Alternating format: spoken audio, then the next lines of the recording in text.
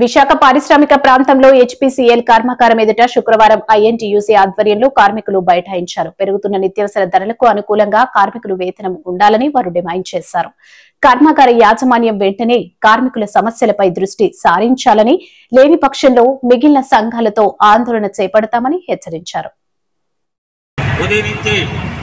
ఈ కార్యక్రమంలో పాల్గొని ఈ కార్యక్రమం దిగ్విజయంగా నడిపించినందుకు మీ అందరికీ కూడా ప్రత్యేకంగా ధన్యవాదాలు తెలియజేయాలి.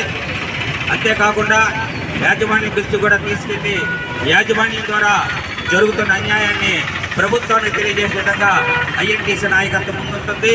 దాని ప్రకారం మేము ఈ కార్యక్రమాన్ని నడిపిస్తాం.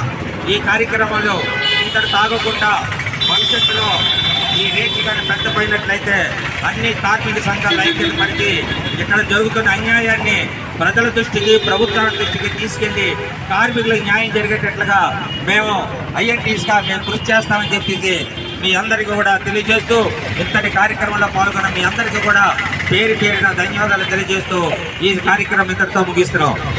జిందాబాద్.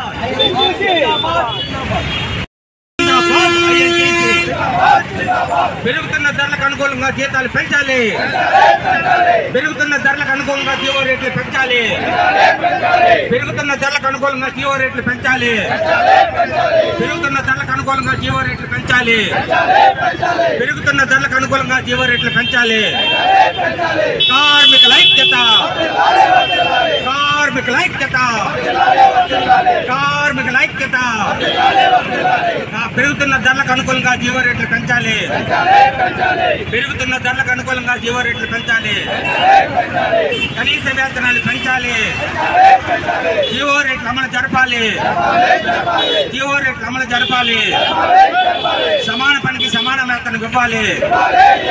సమాన పనికి సమాన వేతనం ఇవ్వాలి. సకాలంలో కార్మికుల జీతాలు పెంచాలి. సకాలంలో కార్మికుల జీతాలు పెంచాలి. సకాలంలో కార్మికుల జీతాలు పెంచాలి.